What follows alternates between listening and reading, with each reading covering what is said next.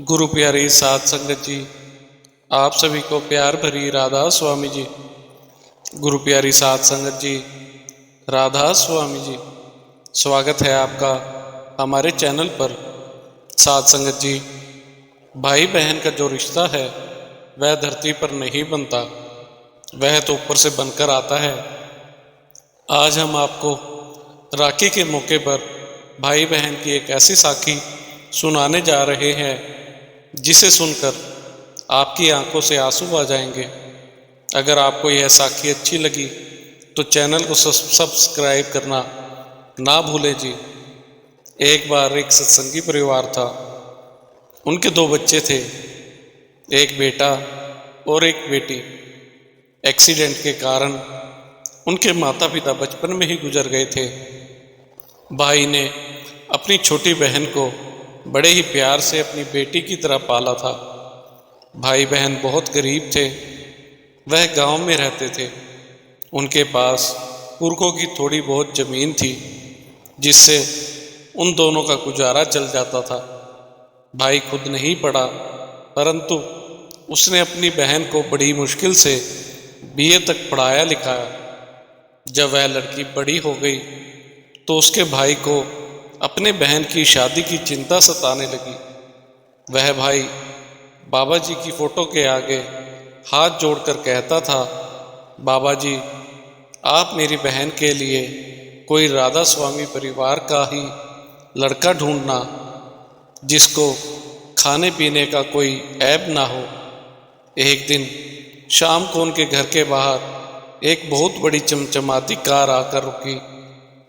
उस कार में से एक पति पत्नी और एक लड़का निकला।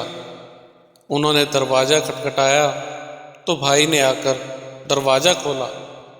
घर के सामने इतनी बड़ी कार देखकर वह हैरान रह गया।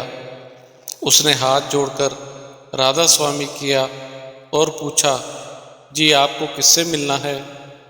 तो वह अंकल बोले, बेटा, हमें आपसे ही मिलना है। हमारे बेटे ने आपकी बहन को कॉलेज के किसी फंक्शन पर देखा था, उसे वह बहुत पसंद है। अब उसकी दिल्ली में नौकरी लग गई है। हम इसके लिए रिश्ता देखने लगे तो वह बोला कि मुझे पास वाले गांव की वह लड़की पसंद है, इसलिए हम अपने बेटे के लिए आपकी बहन का रिश्ता लेकर आए हैं। भाई हाथ जोड़कर बोला, अंकल जी, आप कहाँ और मैं कहाँ? मैं तो एक गरीब आदमी हूँ, मैं अपनी बहन की शादी में कुछ भी नहीं दे सकता। तो वह अंकल जी बोले, बेटा, हमारे पास बाबा जी का दिया सब कुछ है, हमें तो बस 3 कपड़ों में अपनी बहन दे दो। हम तो यही चाहते हैं कि शादी के बाद दोनों बच्चे खुश रहें। भाई बोला, क्या आप भी राधा स्वामी हैं? उन्होंने कहा, हाँ भाई, हम भी राधा स्वामी हैं। भाई बोला, मैं भी बाबा जी से हर समय हाथ जोड़कर यही कहता था कि बाबा जी, किसी राधा स्वामी परिवार में मेरी बहन का रिश्ता करवाना। देखो आज बाबा जी ने आपको भेज दिया। अंकल जी बोले, हाँ बेटा, यह सब अपने बाबा जी की दया से ही हो रहा है। साहूकार से कुछ पैसे उधार लेकर भाई ने अपनी बहन की शादी अच्छे से कर दी। लड़की शादी के बाद दिल्ली शहर में अपने पति के साथ रहने चली गई। शादी के कुछ समय के बाद ही रक्षाबंधन का त्योहार आ गया तो उस लड़की ने अपने भाई को फ़ोन किया कि भैया, हमारा शादी के बाद पहला रक्षाबंधन है, तुम यहाँ आओगे ना मुझसे राखी बंधवाने के लिए? भाई सोच में पड़ गया और बोला, हाँ बेटा, मैं ज़रूर आऊँगा। अब वह सोच में पड़ गया, बाबा जी के आगे हाथ जोड़कर बैठ गया। बाबा जी, मुझे बहन के घर पहली बार जाना है, मैं ऐसे खाली हाथ कैसे जाऊँगा? वह गांव में साहूकार के पास गया कुछ पैसे उधार लेने के लिए।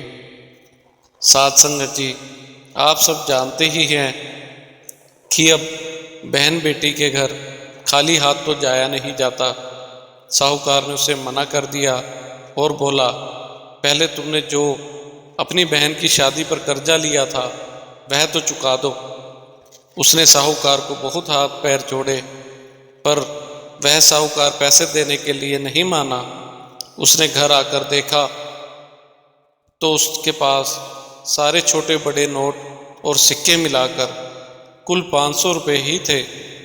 उसने अपने दोस्त के भाई को ऑनलाइन दिल्ली की टिकट बुक करवाने के लिए कहा तो वह लड़का बोला, भैया एसी ट्रेन में आने जाने पर आपके 500 रुपये की टिकट लगेगी, कहो तो मैं आपकी टिकट बुक करवा देता हूँ। वह बोला, बेटा आज नहीं, मैं कल तुम्हारे से टिकट बुक करवा लूँगा। उसने कहा, अंकल जी जल्दी बुक करवा लेना, बाद में टिकट नहीं मिलेगी। वह अपने दोस्त के घर दोस्त से 2000 रुपये उधार लेने के लिए गया तो दोस्त ने कहा, भाई मेरे पास तो सिर्फ 500 रुपये हैं, अगर कहते हो तो मैं तुम्हें दे सकता हूँ, पर मैंने भी अपनी बहन के लिए कुछ लेना है। अगर दोस्त के घर उसने एक साइकिल देखी तो वह अपने दोस्त से बोला, यह साइकिल तुम्हारी है? तो दोस्त ने कहा, हाँ भाई यह मेरी साइकिल है। वह अपने दोस्त से साइकिल ले आया। जो उसके पास पैसे थे उसने उन पैसों से बहन के लिए एक साड़ी और कुछ मिठाई ले ली। बाबा जी का नाम लेकर वह साइकिल पर ही दिल्ली चल पड़ा। रास्ते में उसकी बहन का फ़ोन आया, भैया आपने ट्रेन पकड़ ली। वह था तो साइकिल पर बहन से बोला, हाँ बहन मैंने ट्रेन पकड़ ली है। वह बोली, कौन सी ट्रेन है और आप कहाँ पर पहुँचे हैं? तो वह बोला, मुझे नहीं पता हम कहाँ पर पहुँचे हैं। बहन ने कहा, किसी से पूछकर बताओ। तो वह बोला, सब ठंडी के मारे चादर ओढ़कर सो रहे हैं। तो बहन बोली, आप एसी वाले डिब्बे में हैं? तो वह बोला, हाँ। उधर बहन सुबह से शाम तक अपने भाई का इंतजार करती रही, पर उसका भाई नहीं आया। वह बाबा जी के आगे हाथ जोड़कर खड़ी रही कि बाबा जी मेरे भाई का ख्याल रखना, उसका सिवा मेरे इस दुनिया में कोई भी नहीं है। उसने अपने पति को फ़ोन किया कि भैया अभी तक नहीं आए, मुझे कुछ अच्छा नहीं लग रहा, आप जाकर पता कीजिए। उसी समय डोर बेल बजी। उसने दरवाज़ा खोला तो सामने उसका भाई खड़ा था। वह भाई से बोली, भैया आप ठीक तो हैं? मेरे मन में तो बुरे बुरे ख्याल आ रहे थे। उसने अपनी बहन को पानी लाने को कहा और वह 2-3 गिलास पानी पी गया, क्योंकि साइकिल चलाकर वह बहुत थक गया था। थोड़ी देर में उसका पति भी घर आ गया और बोला, बाहर साइकिल किसकी खड़ी है? तुमने किसी को बुलाया है क्या? तो वह बोली, नहीं मैंने तो किसी को भी नहीं बुलाया, भैया आ गए हैं और वॉशरूम में गए हैं। वॉशरूम से जब भाई आया तो वह बोली, भैया आप कौन सी ट्रेन से आए हैं? उसने अपना सिर नीचे कर लिया। वह बोली, भैया आपने मुझे क्यों नहीं बताया, आप साइकिल से आए हैं। भाई आंखों में आंसू भरकर बोला, बेटा तेरा भाई बहुत गरीब है, उसके पास इतने पैसे नहीं हैं कि वह ट्रेन से आ सकता। बहन बोली, भैया मुझे फ़ोन कर देते, हम आपकी टिकट बुक करवा देते। वह बोला, पहला त्योहार है और आना भी जरूर था, और तेरा भाई इतना भी कमज़ोर नहीं कि बहन के घर बहन के पैसे से ही जाए, कभी नहीं हो सकता। तो बहन बोली, भैया आप इतनी दूर साइकिल से आए हैं, अगर आपको कुछ हो जाता। तो भाई बोला, कुछ हुआ तो नहीं ना, बाबा जी थे ना मेरे साथ। वह बोला, तुम भूल गई तुमको साइकिल पर बिठाकर। कई बार हम दूसरे गांव में मेला देखने के लिए जाते थे। बहन रोती जा रही थी और भाई बोला, बहन अब रोती ही जाएगी, या राखी भी बांधेगी। बहन ने भाई की आरती उतारी और भाई को राखी बांधी। भाई ने बहन को साड़ी और मिठाई दी और बोला, हमेशा सुखी रहो।